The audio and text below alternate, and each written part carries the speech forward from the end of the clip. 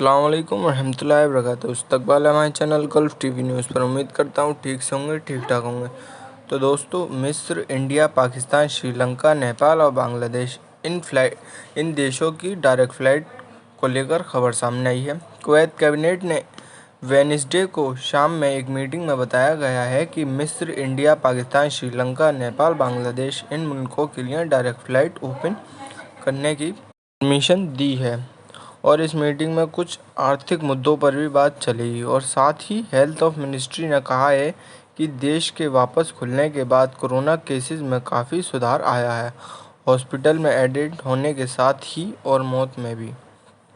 Health of ministry के सदस्य doctor Khalid अल सईद ने बताया है कि हेल्थ ऑफ कोरोना केसेस में 70% सुधार आया है कोविड-19 की दोनों डोज लेने के।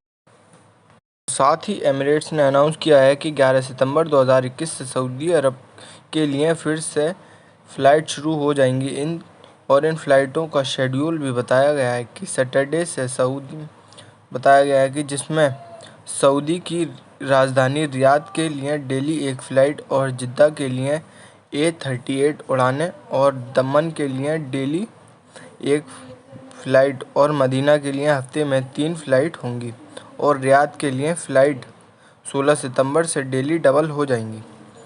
चलते हैं अगली अपडेट की तरफ। अपडेट क्या है? कुवैत एयरपोर्ट पर भी प्रवासियों की तादाद अभी कम है, जबकि कोविड-19 से पहले जो तादाद थी एयरपोर्ट प्रवासियों के लिए की उसमें मुकाबले अभी सिर्फ 50% से ज़्यादा नहीं हुआ है। मिस्र, इंडिया, पाकिस्तान और श्रीलंका इन मुल्कों से फ़्लाइट ओपन होने के बाद कुवैत एयरपोर्ट पर अभी 10,000 प्रवासी डेली एंट्री कर रहे हैं और एयरपोर्ट पर फ़िलहाल 40 एयरलाइंस अभी काम कर रही हैं और DGCA इंतज़ार कर रहे हैं कि एयरलाइंस की कैपेसिटी बढ़ाई जाए, क्योंकि दुबई, तुर्की, इटाली और इन मुल्कों के अलावा अलेक्जेंड्रा, सोहाग, इंडिया, पाकिस्तान इन मुल्कों से फ़्लाइट की डिमांड है।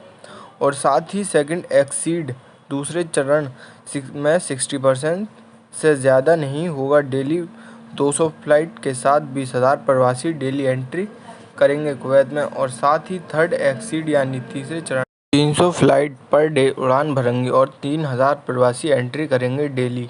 ये ऐसा DGCA चाहते हैं, लेकिन अभी ये सब हेल्थ और सिचुएशन पर निर्भर करता है। तो दोस्तों, ये थी कुवैत से आ रही कुछ लेटेस्ट अपडेट जो मैंने आपके साथ शेयर की। ऐसी ही अपडेट को सुनने के लिए हमारे चैनल को सब्सक्राइब करें।